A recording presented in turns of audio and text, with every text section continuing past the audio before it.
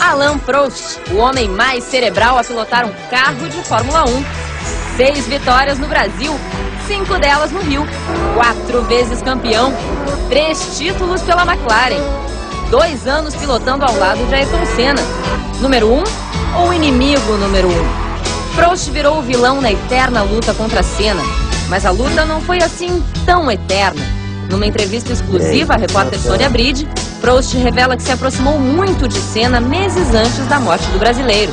Conta detalhes das conversas entre os dois e compara a disputa da McLaren daquela época com a de hoje, entre Hamilton e Alonso.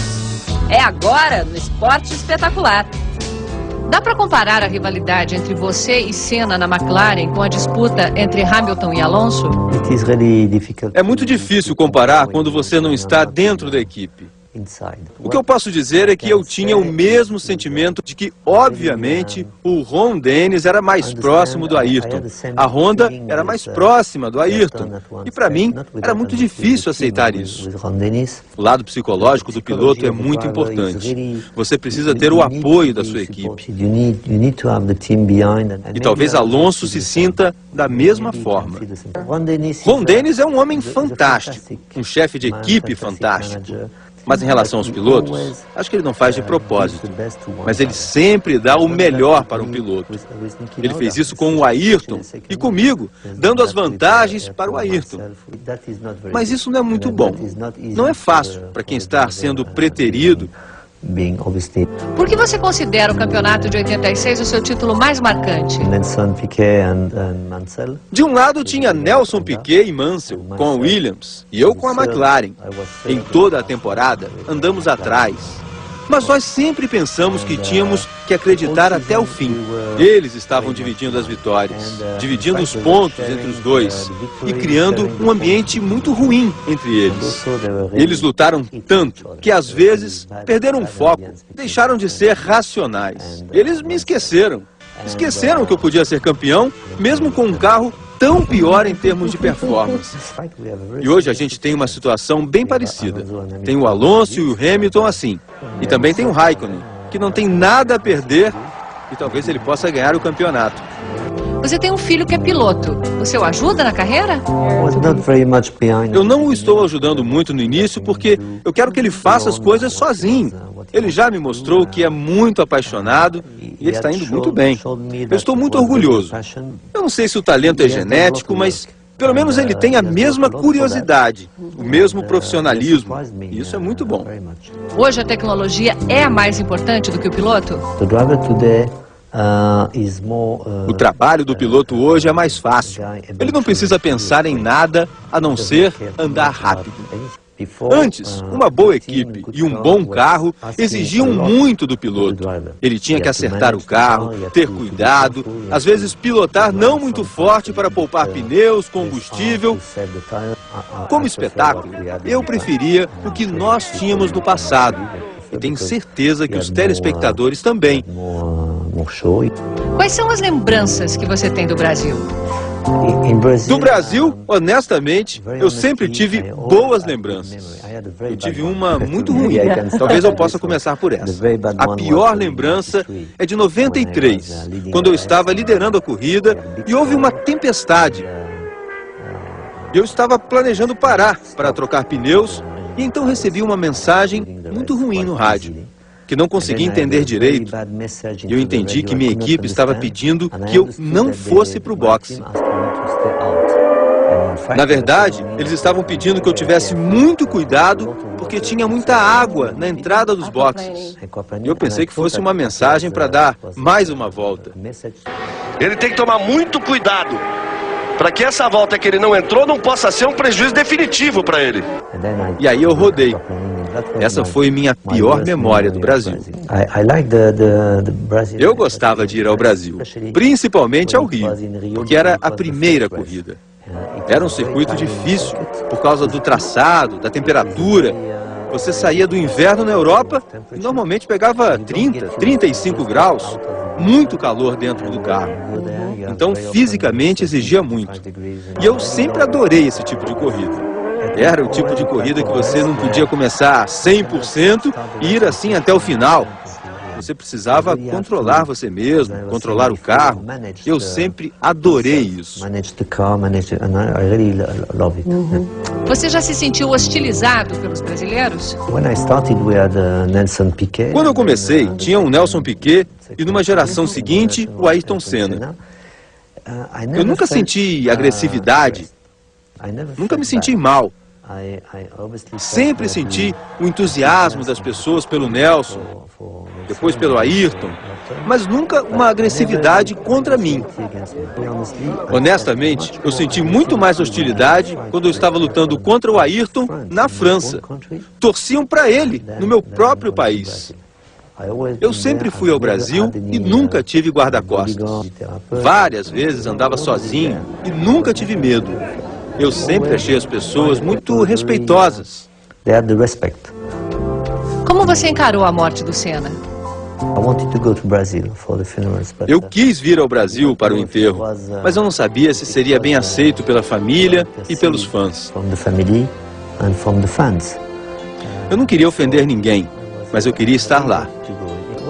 Quando o Ayrton morreu, foi o final da minha história na Fórmula 1, de um certo modo. Nós fizemos a história juntos. Eu acho que eu era mais ou menos como um ídolo para ele. Mas ele queria me derrotar. Ele realmente queria me derrotar, me destruir, porque essa era a motivação dele. Quando ele morreu, todos vieram falar comigo. E isso é muito impressionante. Ninguém pode falar do Ayrton sem mencionar meu nome, e de mim sem falar do Ayrton. Qual é a lembrança que você tem do Ayrton? Os maus momentos pelos quais passei foi com ele na pista. Alguns momentos perigosos em que eu pensava que às vezes ele tinha ido muito longe. Mas isso é nossa história. 2 ou 3 meses antes do acidente dele, eu acho que eu conheci o verdadeiro Ayrton. É verdade que você conversou com o Senna no dia em que ele morreu? Foi um momento inacreditável.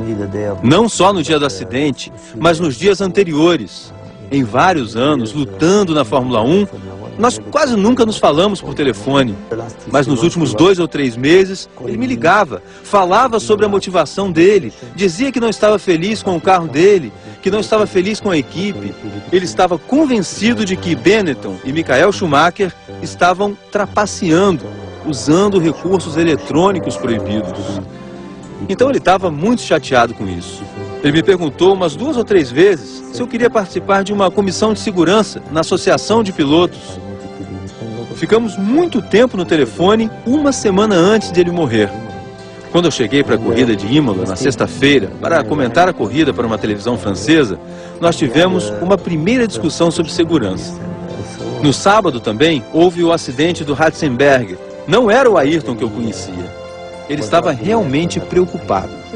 No domingo, na hora do almoço, um pouco antes da corrida, eu estava com umas pessoas da televisão e ele entrou. Nenhum piloto faz isso. Normalmente ele quer ficar sozinho, concentrado. Mas ele veio, andou entre as pessoas, veio falar comigo e não era nada de importante. Todo mundo ficou assistindo aquilo em silêncio. Parecia que ele queria estar próximo de mim.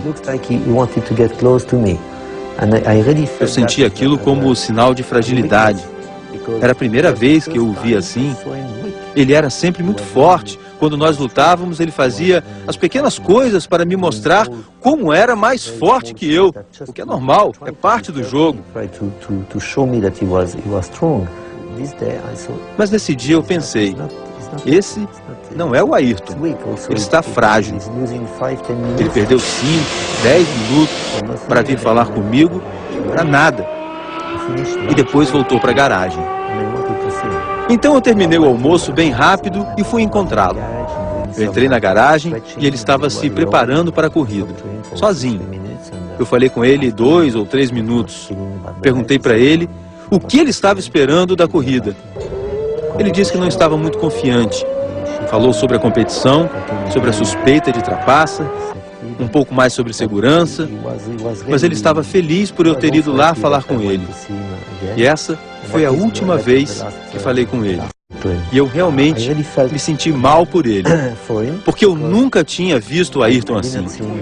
Eu tinha certeza de que ele não seria campeão naquele ano, porque mesmo que ele lutasse no carro, eu sentia que ele estava deprimido. Mas para mim, como pessoa, vou sempre lembrar daquele dia e daquela manhã, quando ele disse na TV: Alain, tenho saudades de você. Essas palavras ele me disse várias vezes por telefone, quando ele explicava para mim que não conseguia encontrar motivação para correr contra Michael e os outros pilotos.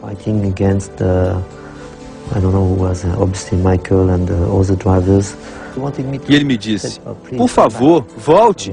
E eu fiquei rindo e disse: ok, vou pegar um carro ruim, você vai bater em mim. Mas eu preciso de você. Foi realmente inacreditável.